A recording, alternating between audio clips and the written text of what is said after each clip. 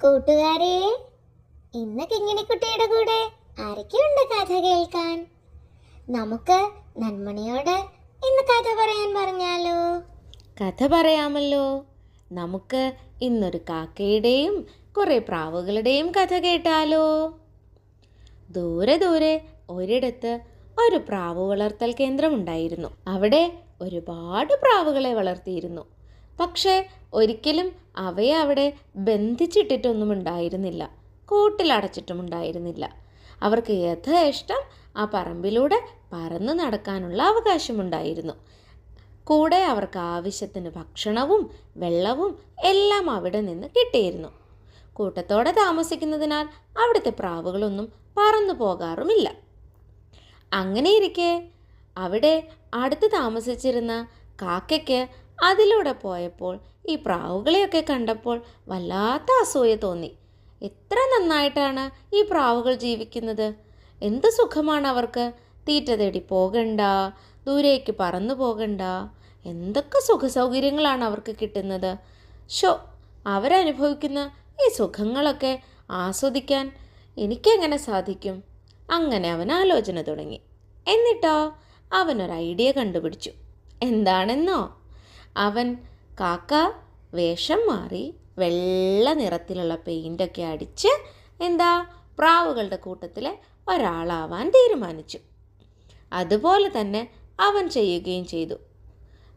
ദേഹമൊന്നാകെ വെളുത്ത പെയിൻ്റ് അടിച്ച് അവൻ അവരുടെ കൂട്ടത്തിൽ ഒരാളായി. പക്ഷേ കാക്ക എപ്പോഴും നിശബ്ദനായിരുന്നു. ഒരൊച്ച പോലും ഉണ്ടാക്കിയില്ല. എന്താ കാരണം? അവൻ്റെ ഒച്ച പുറത്തു വന്നാൽ പ്രാവുകൾക്ക് പെട്ടെന്ന് തിരിച്ചറിയാനാവും, അല്ലേ? അങ്ങനെ ഞാൻ നിശബ്ദനായിരിക്കുന്നിടത്തോളം കാലം അവർക്കാർക്കും എന്നെ മനസ്സിലാവില്ലെന്ന് മനസ്സിൽ കരുതി നമ്മുടെ കാക്ക അവിടെ ജീവിച്ചു. അവരവിടം വല്ലാതെ ഇഷ്ടപ്പെട്ടു.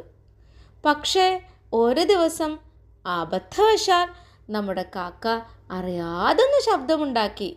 പക്ഷേ അത് പ്രാവുകൾ കുറുകുന്നത് പോലെ ആയിരുന്നില്ല, കാ കാ എന്നുള്ള ശബ്ദമായിരുന്നു. അപ്പോഴാണ് ഇത് നിറം മാറി വന്ന കാക്കയാണെന്ന് ആ പ്രാവുകൾക്ക് മനസ്സിലായത്. അവരെന്ത് ചെയ്തെന്നോ? ഒട്ടും ദയയില്ലാതെ അവനെ അവിടെ നിന്ന് കൂട്ടത്തോടെ കൊത്തിയോടിച്ചു. എങ്ങനെയൊക്കെയോ അവൻ അവിടെ നിന്ന് രക്ഷപ്പെട്ട് അവൻ്റെ കൂട്ടുകാരുടെ അടുത്തെത്തി. പക്ഷേ അവൻ്റെ നിറം മാറി വെളുത്ത രൂപമായതുകൊണ്ട് അവൻ്റെ കൂട്ടുകാർക്ക് ആർക്കും അവനെ തിരിച്ചറിയാനായില്ല. അവൻ പറഞ്ഞത് ഒന്ന് കേൾക്കാൻ പോലും അവരാരും തയ്യാറായില്ല. അവരും അവിടെ നിന്ന് അവനെ എന്തു ചെയ്തു? കൊത്തിയോടിച്ചു. അവരുടെ കൂടെ കൂടാൻ അനുവദിക്കാതെ അവനെ ഓടിച്ചു വിടുകയും ചെയ്തു. അങ്ങനെ തൻ്റെ നിറം മാറി രൂപം മാറി മറ്റുള്ളവരെ പോലെ ആകാൻ ശ്രമിച്ചപ്പോൾ അവരുടെ കൂടെയും കൂടാൻ പറ്റിയില്ല.